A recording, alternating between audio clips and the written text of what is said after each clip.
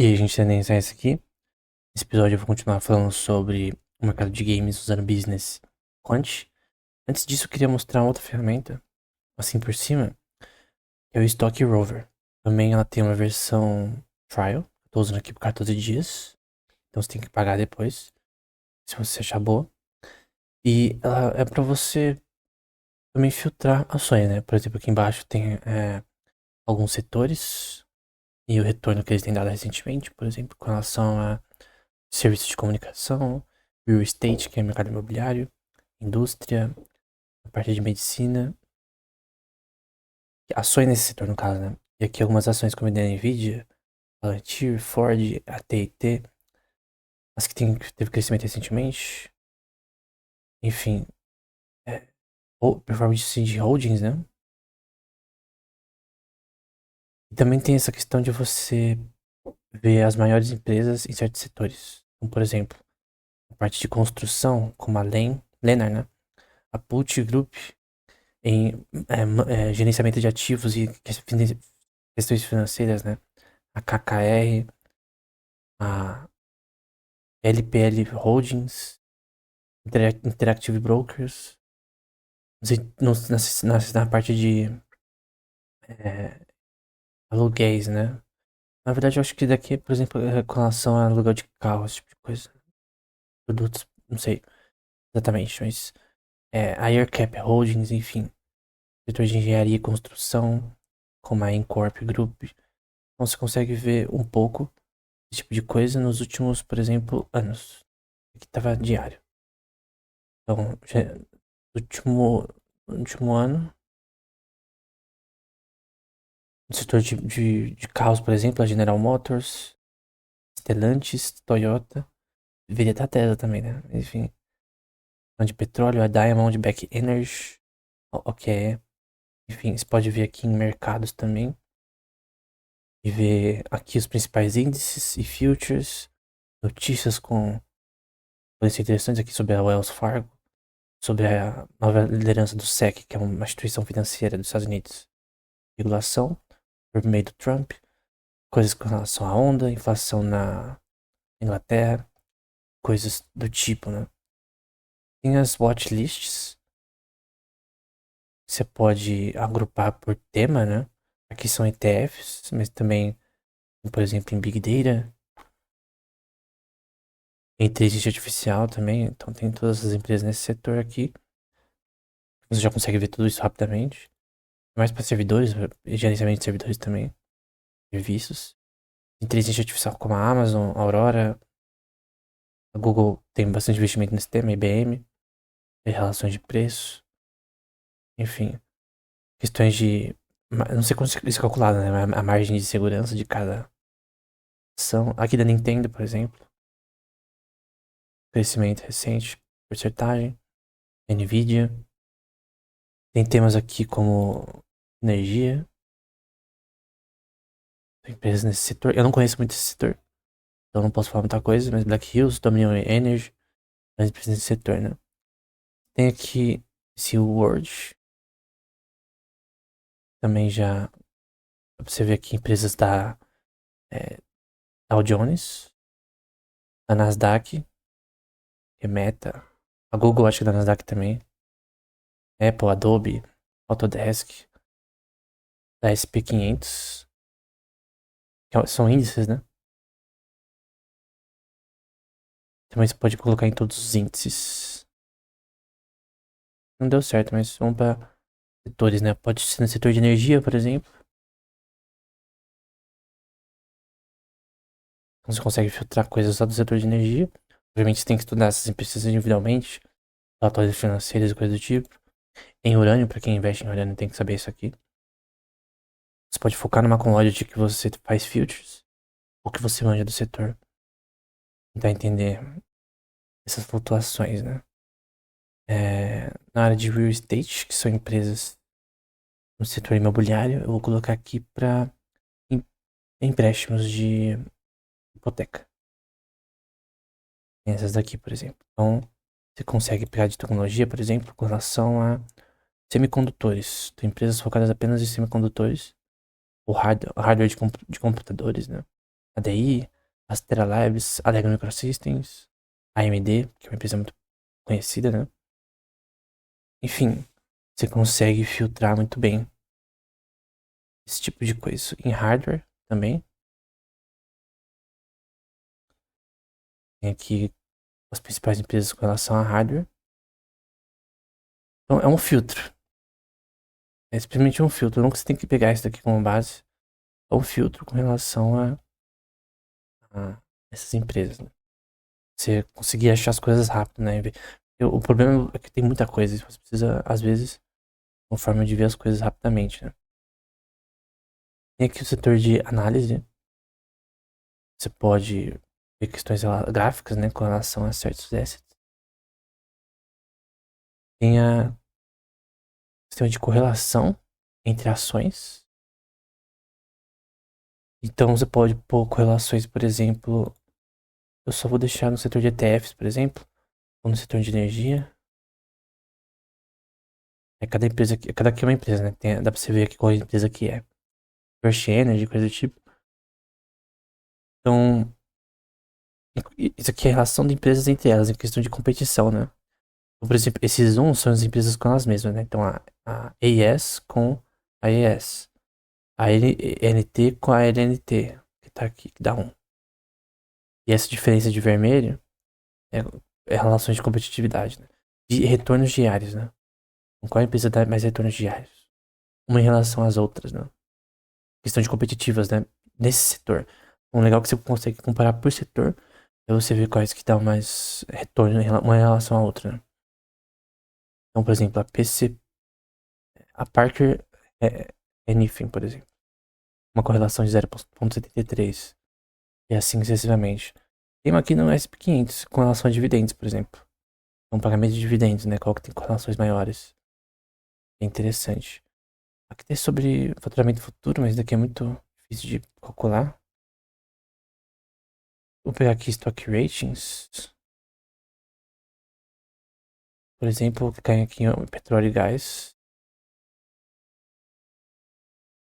Opa. É que eu tô no trial, mas dá pra pelo menos ver por aqui, ó.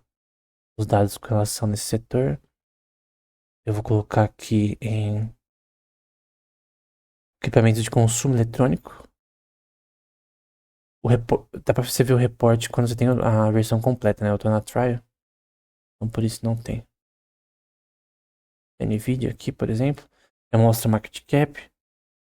3 trilhões, 3,2 trilhões. Já mostra o EPS. Então já consegue ter várias coisas. O número de vendas. Mudanças de vendas por ano. Dividendos por ação. Yield de dividendos. Price per earnings. Earnings per share. Então já consegue ver tudo isso daí.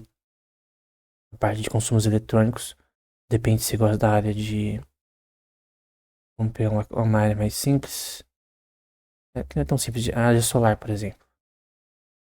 Aí você quer abrir sua empresa nesse setor. Enfim, basicamente para isso que funciona isso daqui. Do setor solar isso daqui. E depois você vê ela com detalhes, né? Tem alertas, ideias. Tem aqui a library. É a coisa mais importante para mim com relação a isso. Você tem aqui, por exemplo, os screeners focados em certos mercados, né? Então eu vou pegar aqui portfólios, por exemplo. Aí tem o Warren Buffett Top 25. Quais empresas o Buffett investiu recentemente? Eu acho que tem a ver com isso. Coca-Cola, nos livros ele fala sobre ela. A General Dynamics também no passado. American Express. Quantidade de shares que ele comprou. Preço que ele comprou. O Moody's NU Holdings. Não sei que empresa é essa. Louisiana Pacific. E aí você pode ter tipo...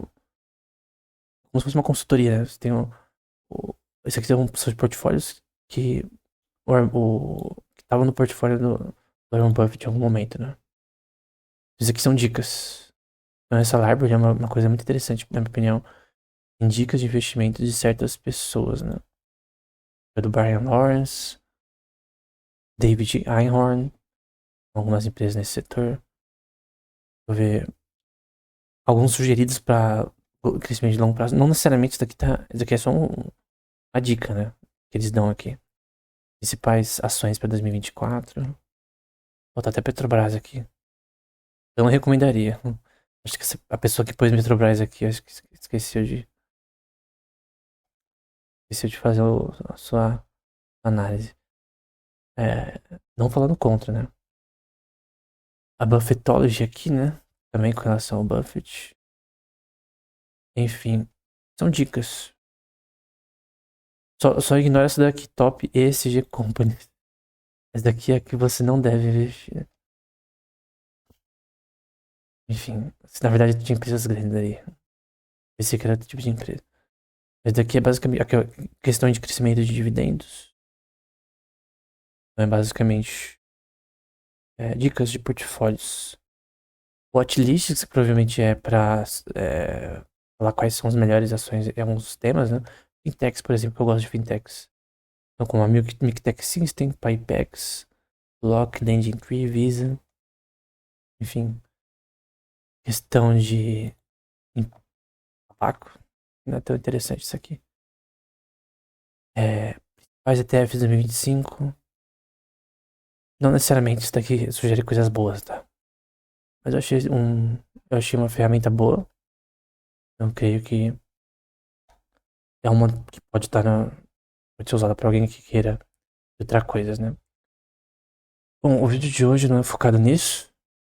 Vou deixar no comentário fixado essas ferramentas que eu usei. Vou falar do GameStop, que é uma empresa que envolveu até um negócio que teve até no documentário da Netflix com relação a ela.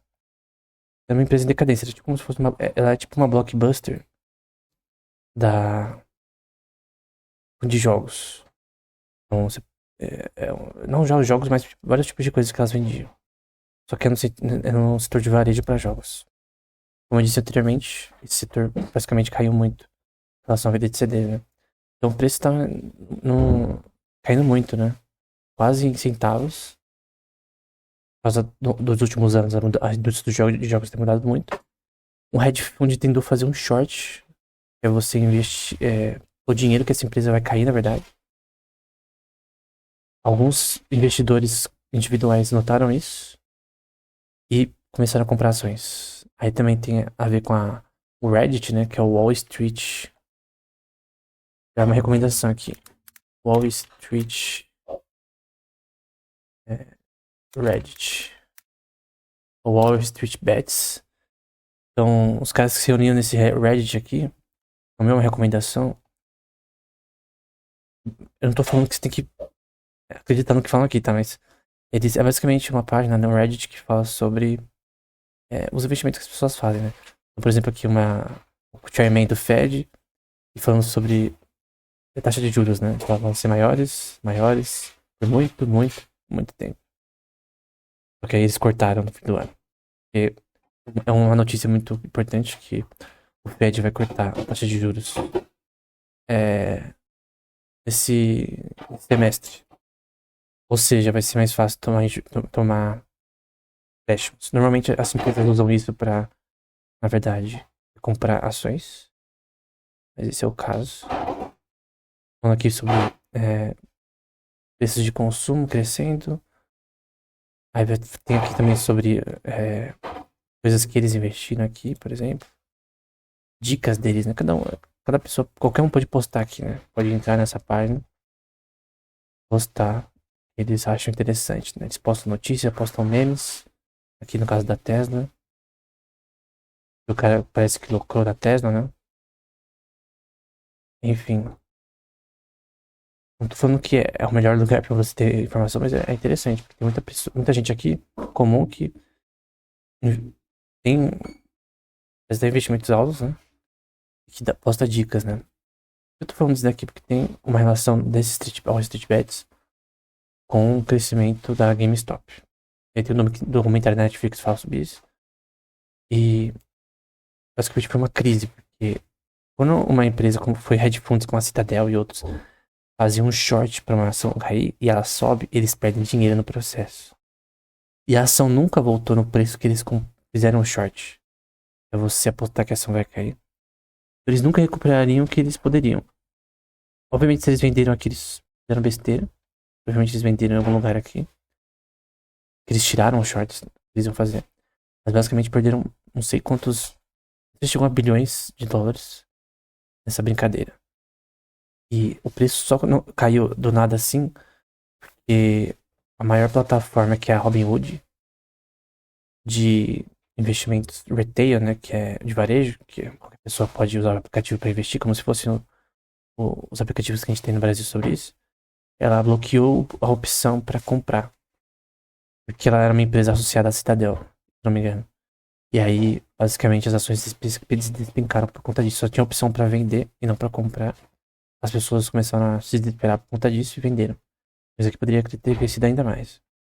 Só que eles compraram essas ações por causa que eles viram uma empresa, uma hedge fund estava fazendo um short na GameStop. Do ponto de vista de value investing, essa empresa ela ia cair. Tem também uma questão de que um cara adquiriu majoritariamente as ações da GameStop. E ele é um cara no setor de vendas de produtos pets. Parece que ele também fez uma mudanças na empresa. E a gente vai ver um pouco sobre ela agora, né? Antes disso, eu acho que na verdade eu vou até mostrar aqui. O crescimento dela foi alto. 2020 pra cá. Sim, não foi um crescimento, teve uma substância com relação a uma empresa que estava decadente, caindo, né? Então, e daí aconteceu em 2020, mais ou menos. E obviamente eles ganharam dinheiro pra caramba com isso, a empresa. E aí o reinvestimento não deu tanto certo porque eles não cresceram em faturamento nos últimos anos.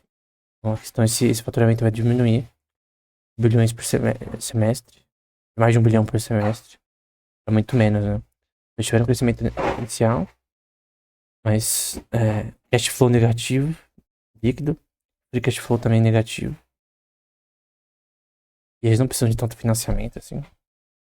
Então tem até os prós e cons aqui com relação a esse cash flow deles, né? Não cobre os investimentos que eles fazem, aqui de 268 milhões, que é baixo. Eles vendem, principalmente no itens consolidados, é tipo de revenda de jogos. Então, itens pra, em 2010, por exemplo, era novos jogos de videogame, hardware, mobile, coisas para jogos mobile, de tecnologia, coisas coletáveis. É melhor a gente ir pro site, é mais fácil de entender. Então, isso aqui é hoje, né? Eu não sei como era há anos atrás, né? O que o GameStop vende, no caso? Ele vende, por exemplo, cartas, que é a carta do Naruto antiga do Itachi, Chibi, né? Cartas reconhecidas, né? Itens colecionáveis, alguns podem ser usados, né? De várias temáticas. Esse aqui no varejo também pode ser vendido online, né? Então já é para e-commerce. E eu creio que teve mudanças na empresa recentemente. Essa venda de cartas no Brasil, cara, já vi algumas coisas. Bastante venda de cartas desse tipo. No caso, tanto de unitárias, que eu comprava muito quando era pequeno. Também plataformas para você jogar. Pokémon Trade, que é um jogo muito famoso, até tem o jogo mobile da Nintendo. E outros tipos de itens aqui colecionáveis e também para gameplay. No Brasil tem lojas que só vendem, por exemplo, cartas como essa. Que elas sobrevivem. Então é um mercado que tem. Aqui também para roupas, né? Então já é outro mercado que eles entraram aqui também. É interessante. E jogos digitais também, parece que eles estão vendendo. O que é uma mudança muito boa com relação à visão deles anos atrás. Não teve muitas mudanças com relação ao digital dessa empresa anteriormente, né? Venda de consoles, eu creio que é usado. Pelo menos anteriormente era mais usado, jogos usados, né? Então, no online eles estão aqui bem fortes, né? E volantes, que eu acho muito legal. Eu tinha quando era pequeno. Controles personalizados. Todo tipo de coisa personalizada. E o fato que eles têm uma presença e-commerce agora significa que eles são diferentes de antes de ser apenas uma blockbuster da vida. E estaria fadada a falir, né? São jogos de Super Nintendo. Dá pra ver que em dólares se faz 60 vezes 6. Já dá aí razão porque o preço dos jogos Nintendo Switch é mais de R$ 300. Então, só você ver a paridade de dólar já é alto. Então, aqui são os principais jogos vendidos, né? Acho que aqui é físico, pelo que eu entendi. Não faz sentido eles venderem online porque a própria Nintendo vende na plataforma deles. E os jogos físicos tendem a cair. Eu creio que tem vários produtos deles que não vão ter tanta saída no futuro. Por exemplo, esse tipo de coisa. Você não tem como comprar online, que é um controle personalizado. Nesse caso, eu creio que tem uma escalabilidade de crescimento aí. Tem que ter questão de custo de adquirimento disso também, né? Venda de PS5. Aqui é aquela controle remoto da PlayStation. O Black Myth, o Kong. $64, que é bem alto.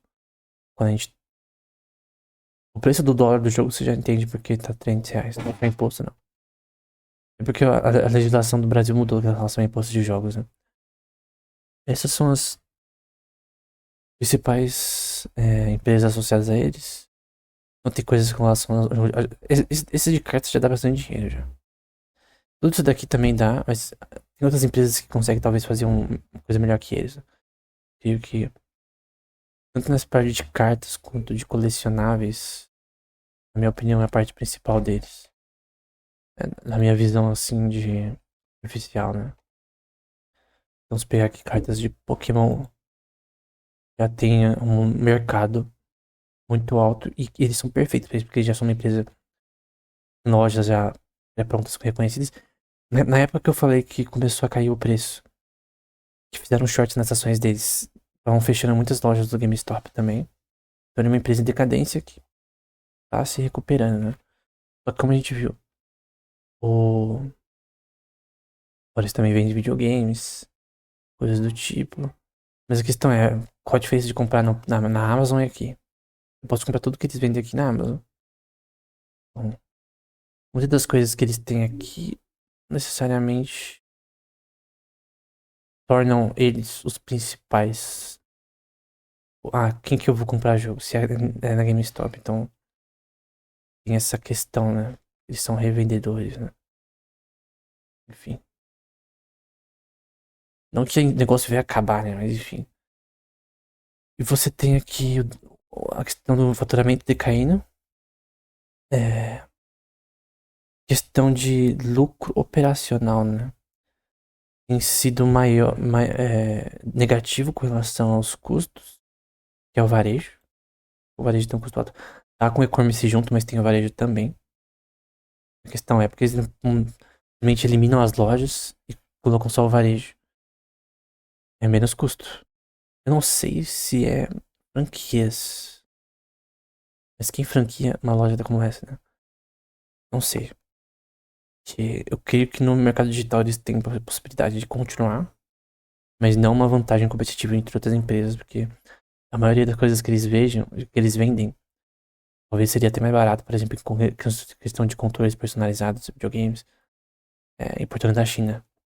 Importa da China, você já consegue um preço menor. Tudo que eles vendem, né? Na minha opinião, sincera. Questão de cash equivalents é baixo com relação a quanto eles ganham, na minha opinião. É, não é baixo, mas sendo mais baixo agora, um pouco. Tava pior antes. Investimentos de curto prazo a receber. Em assets eles ainda estão bem grandes, né? Também lojas, coisas do tipo. Aqui, ó, questão de Property Plant Equipment, também, que é o PPE, né? Ainda tem bastante coisa, só que tá em milhões, né? Em Equity Shareholders foi de 611 milhões para 4,30 bilhões. Com certeza tem a ver com toda a crise do GameStop, que tem um documentário sobre. Essas flutuações foram criadas por essa questão. Eu não creio que essa empresa tenha futuro. Assim, talvez mais do que eu pensava antes de ver o site deles, mas pra ver que a queda aqui é inorgânico com relação à empresa, né? Não sinto que Se ela continuar dessa forma, vai crescer no futuro. Ela é só mais uma revendedora aí. Coisas com relação a jogos. Cash flow negativo. Cash flow negativo em alguns meses. Com relação a depreciação e amortização. Acho que não é tão importante. A questão que é lógica, é varejo, né? Eu não vi inventário. Inventário é em milhões, né? Teve um crescimento. Varia aí de season, né? Mas no geral é isso. Em relação ao GameStop. Então, eu creio que por várias razões ela tem coisas interessantes, mas eu creio que ela tem que ter outro diferencial pra conseguir ir além do que ela. Por exemplo, você pode vender e comprar cartas, por exemplo. É como se fosse um OLX de jogos, em alguns sentidos. Aqui, ó, cartas do One Piece, eu nem sabia que tinha carta do One Piece desse tipo. $86 a cara pra caramba. Então, o preço é menor pra quem assina lá o serviço deles. Também tem um serviço de membership, né? E aumenta o faturamento deles. Pra quem gosta dessas cartas aqui, colecionador. Eu acho que se for uma empresa mais de itens colecionáveis, acho que vale mais a pena. E acabar com as lojas de varejo, na minha opinião. É só custo que não dá retorno. Acaba com a loja de varejo, já tem menos custo. E aumenta a margem de lucro. Na minha opinião. Sincera, né? Só que tá aqui nos top. Os top aqui em questão de capitalização de mercado, né? Ela é ainda assim uma igreja. Uma igreja não. Uma empresa grande, né? Enfim. Tem outras aqui, eu gosto da Square Enix. Project Red também é interessante. Então a Square Enix. Ela uma relação intrínseca com a Sony. Ela não foi comprada pela Microsoft. Mas se fosse comprada, seria tryhard pra Sony. Eles têm exclusividade, eu não sei se ainda tem. A exclusividade com a Sony. Então tem vários jogos aqui deles aqui. Final Fantasy Rebirth. Final Fantasy XIV eu joguei, é muito bom. Acho que o principal é o maior MMORPG do mundo, que é o mais jogado. É o Final Fantasy XIV. Esse é o maior. É pago também. E tem coisas que você paga dentro do jogo. É o maior MMORPG do mundo. Atualmente. Isso, obviamente, é uma das maiores fontes de lucro pra Square Enix atualmente. Tem Life is Strange. Embora foi uma empresa indie que fez, não sei se eles compraram a empresa. Tenho outros jogos como Dragon Quest, um jogo conhecido. Romance Saga. Enfim, Kingdom Hearts, que eu gosto bastante. Eu creio que com recompra, se eles conseguirem sempre permitir que jogos antigos possam ser recomprados no PS5, PS4 da vida. PC, Steam. E as vidas na Steam dessas empresas valem muito. Pra PC, né? Porque as pessoas elas baixam pra Steam e você tem um controle também sobre pirataria maior. Embora no total. Quando você tem jogos na Steam. Financial Report da Square Enix. Report. Vamos ver aqui. Não pode ser japonês, né? Não se me quebra. Ah, não, report, só vou pegar.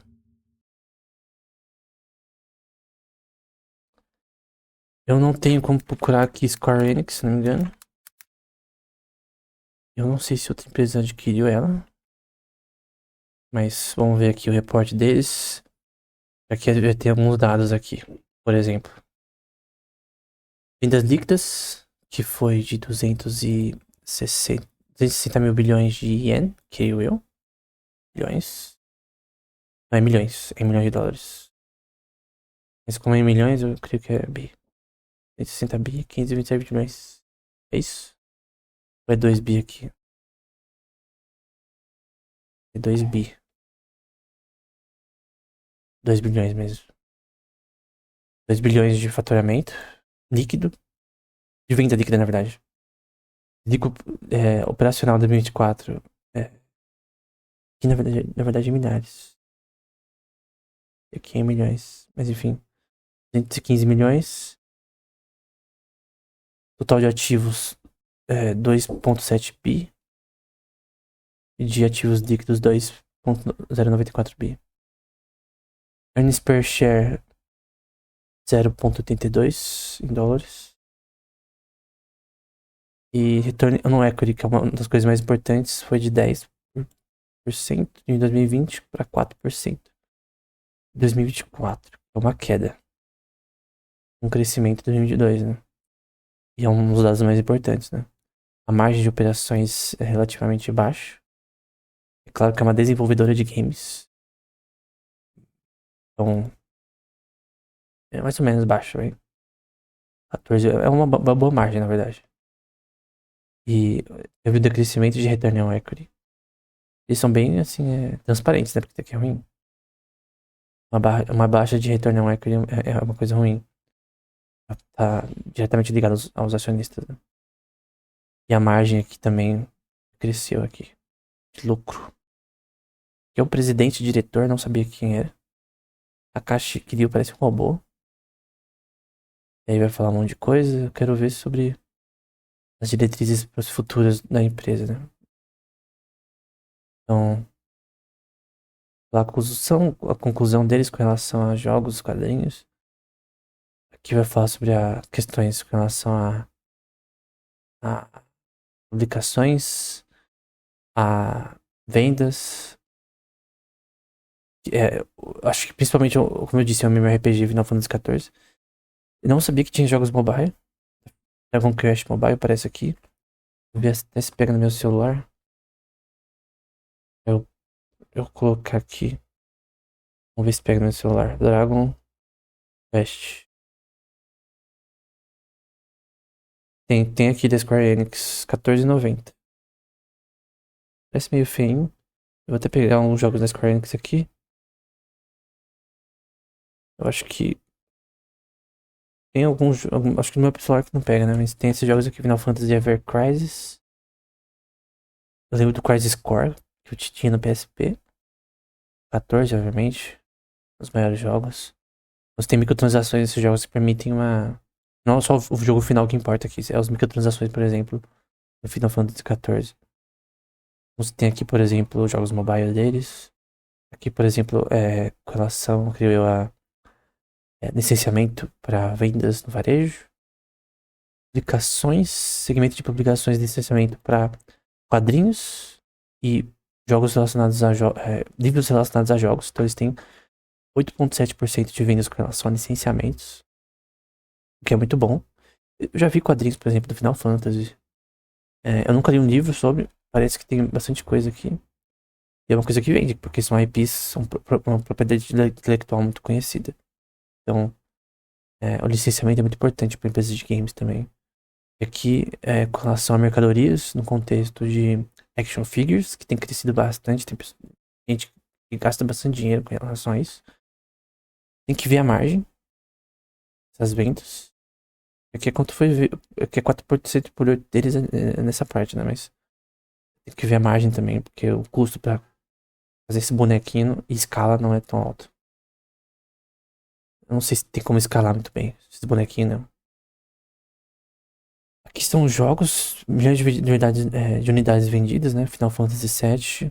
Lembrando que Final Fantasy XIV, que é o maior MMORPG do mundo, uma das melhores economias com relação a isso, também é vendido fisicamente ou digitalmente. 91 milhões com relação ao Dragon Quest, então o IP deles principal ainda é o Final Fantasy. Tem filmes também que eles lançaram que são muito bons. Um Sephiroth, por exemplo. Tem o filme Final Fantasy VII Rebirth, que pra mim, os filmes do Final Fantasy, eles sempre, até uns anos atrás, eles eram com as melhores imagens, né? Eles investem muito em qualidade de gráfica, né? Pô, tem o Final Fantasy VII que lançou recentemente. Outros jogos de iOS aqui. Quero ver mais sobre jogos de iOS, né, deles, né? Creio que nem todos estão disponíveis pro meu celular. Aqui, por exemplo, Dragon Quest Tactics. Então, essa visão do mobile, ela abrange, ela dá um leque maior para as empresas para conseguirem atingir outros mercados de outro público, né? E também você consegue uma recorrência de jogabilidade e de pagamento maior, porque console você tem que sentar numa cadeira, numa TV e jogar. Mesmo que se fosse um Switch. O mobile, as pessoas jogam no ônibus, dentro do trabalho, na escola. Não que possa, né? Mas as pessoas jogam na hora do almoço. Muita gente joga no caminho do trabalho. Eu creio que o Japão também isso deve ser muito comum. Porque tem uma cultura lá de jogos muito forte. Na China também. Então, essa migração para o mercado mobile ela é natural. Usando os IPs deles, porque ninguém pode fazer um Dragon Quest sem a permissão deles. Então, eles podem tanto licenciar para que outros desenvolvedores façam, ou fazer eles mesmos, né?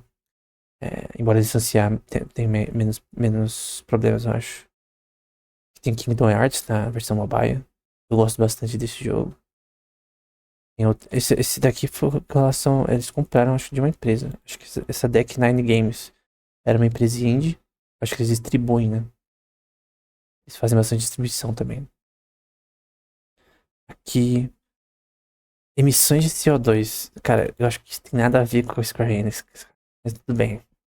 Isso daqui é pra agradar certos acionistas que gostam de impactos sociais. Eu não sou um deles.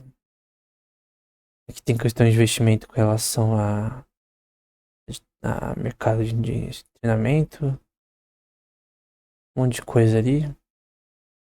Que vai falar. Isso aqui é importante pra saber o nome de todo mundo, né? Da empresa. Alguns dos reportes financeiros que a gente viu não tem isso, né? Aí são os presidentes, que é o Takashi Kiryu, diretor Yoshinori Kitase, coisas do tipo. E faz parte dos Board of Directors. Vocês devem ter um monte de reunião dessa empresa, principalmente uma empresa japonesa. Os caras comem o couro dos funcionários com tudo. E aqui eu tenho a imagem, né? Parece que Kita Cunha do presidente, do diretor. E as shares que cada um tem, né? Dá pra ver aqui. O presidente tem incentivo pra fazer a empresa ser bem sucedida, porque ele tem a maior parte das ações, assim como o primeiro diretor. E o segundo, o terceiro, cada um tem uma quantidade de ações que eles podem vender posteriormente. Menos esse daqui. Então tem 1, 2, 3, 4, 5, 6, 7 que são insiders. Acionistas insider, né? E aí tem a parte de cada pessoa cuida. Por exemplo, da parte legal é o Masato Ogawa com a Mika Agatsuma. Cara, isso daqui é muito bom porque você consegue ter uma noção de quem que são os gerentes. A visão de Buffett, por exemplo, nos livros que a gente mostrou anteriormente, é muito importante. Aí vai falar sobre essa questão. Cara, é interessante ver que licenciamento não é o principal mercado deles. Eu pensava que licenciamento para brinquedos e coisas do tipo fosse a maior parte. Em empresas de animes, né, que tem, por exemplo, a Shonen Jump, você tem licenciamento como principal fator de vendas, não os mangás, né, por exemplo. Eu não sei se a Shonen Jump tem ações, já é outro tema pra nós. É Shueisha, né? Shueisha Stocks. Shueisha Inc. Vamos ver se tem aqui. Nem ferrando vai ter. Não tem Nintendo, mas eu vou pôr aqui. Shueisha Financial Report. Só vou poder usar o estatista, acho que não tem. A da Toei. Uma empresa de jogos e com relação de animes, né? Acho que tem aqui. Toei. Porque a Toei faz licenciamento para jogos. Vamos terminar aqui com a Toei. Então, vamos sair aqui da Square Enix. Toei é uma empresa com relação aqui a animação e a jogos, e eles fazem licenciamento para esses jogos. Então tem aqui.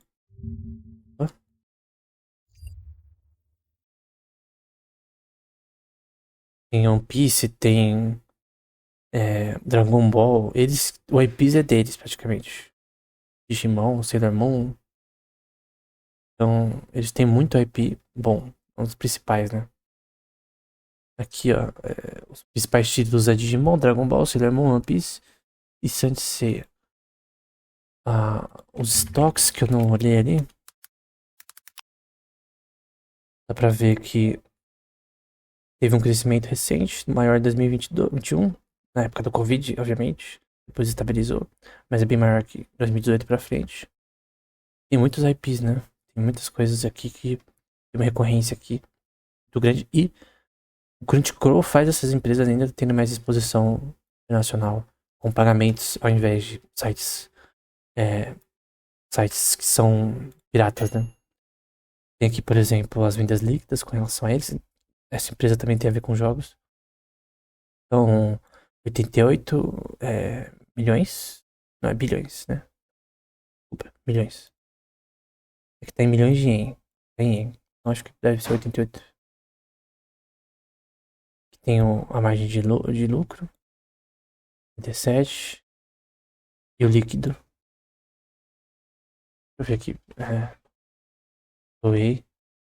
Revenue 2023. Só pra eu ter uma noção.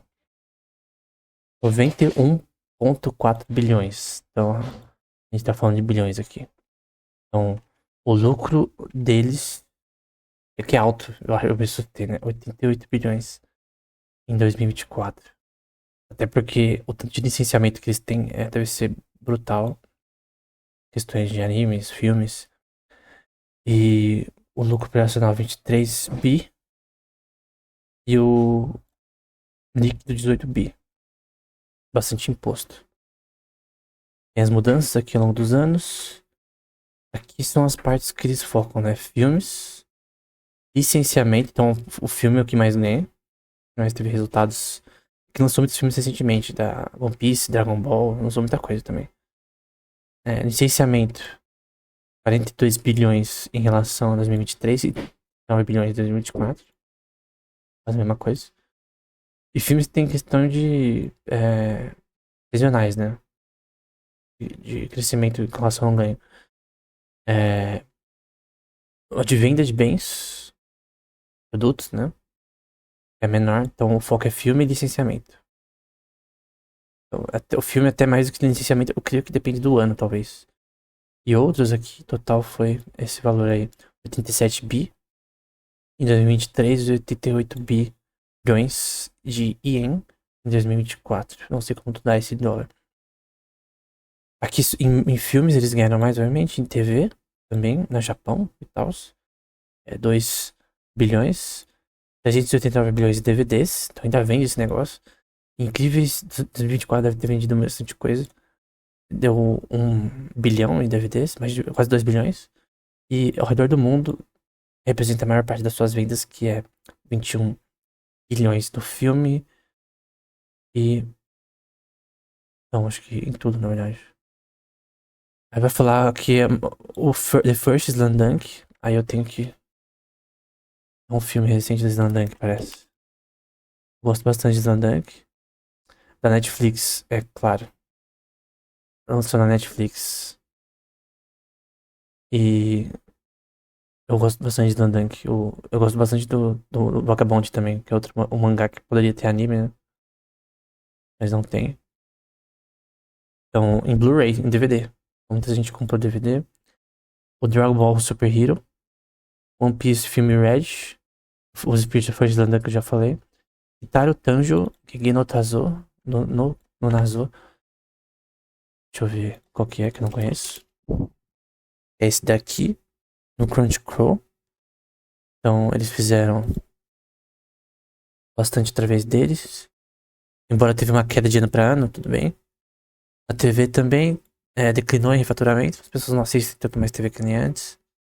E nas vendas fora do país, o faturamento aumentou com relação ao One Piece, First Dunk e o Dragon Ball Super Hero. Deixa eu ver esse daqui, se é o que eu tô pensando. É o que eles viram crianças, se eu não me engano.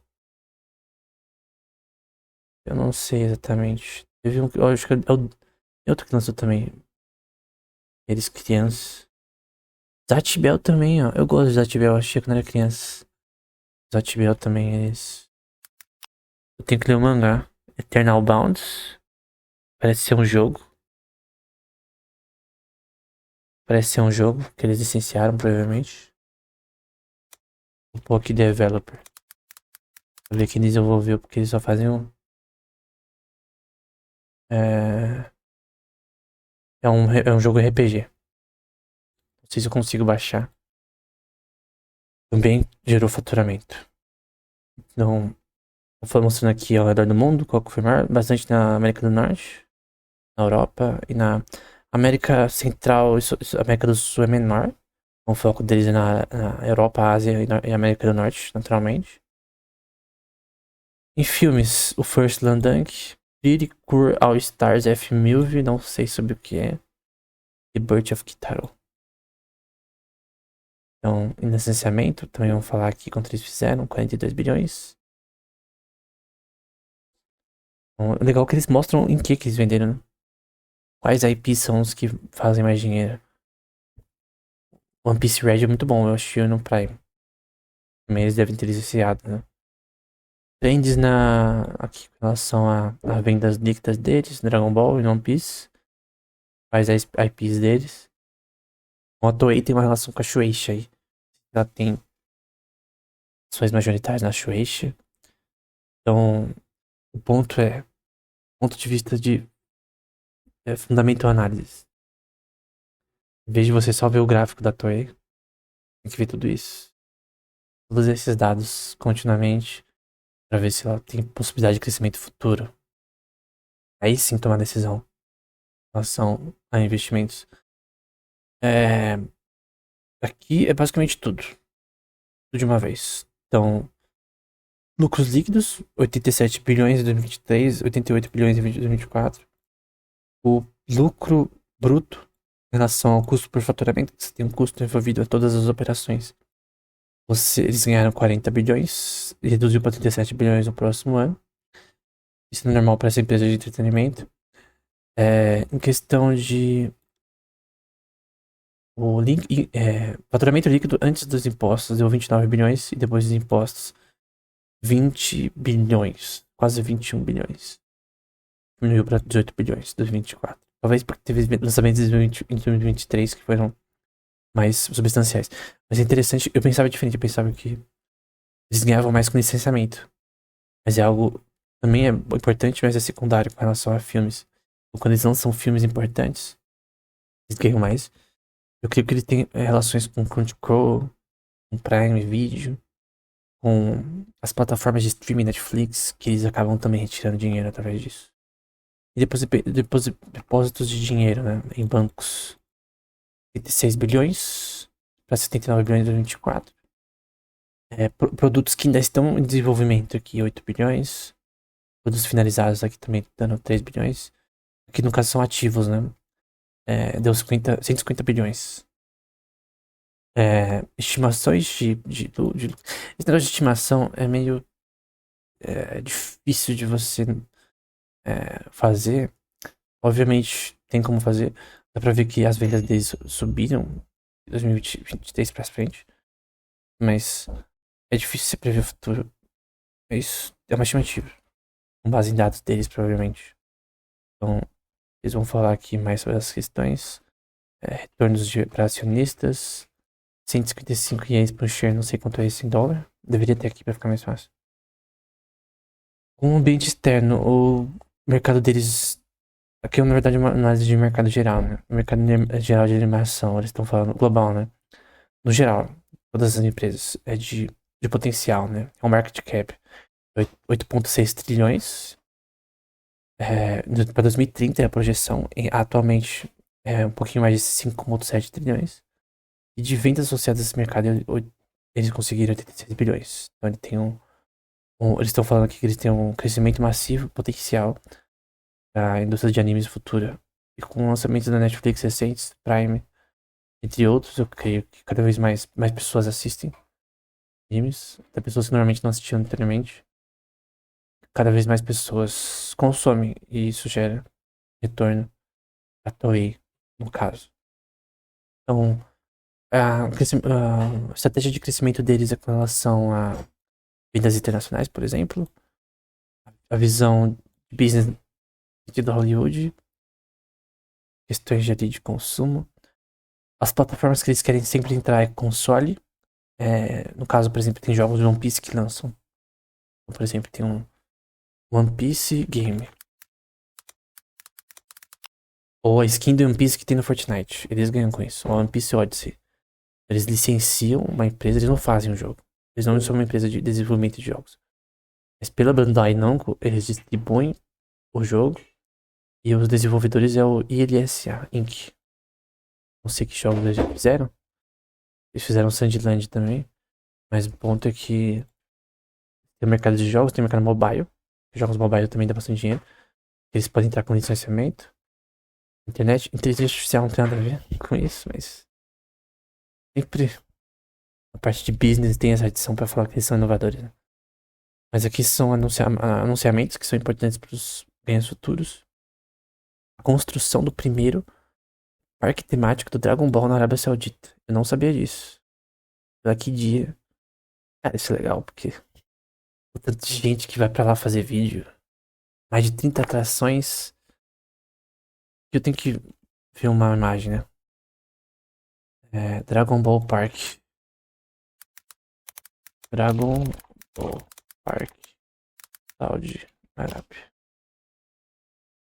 Aqui dia Investment Company, né?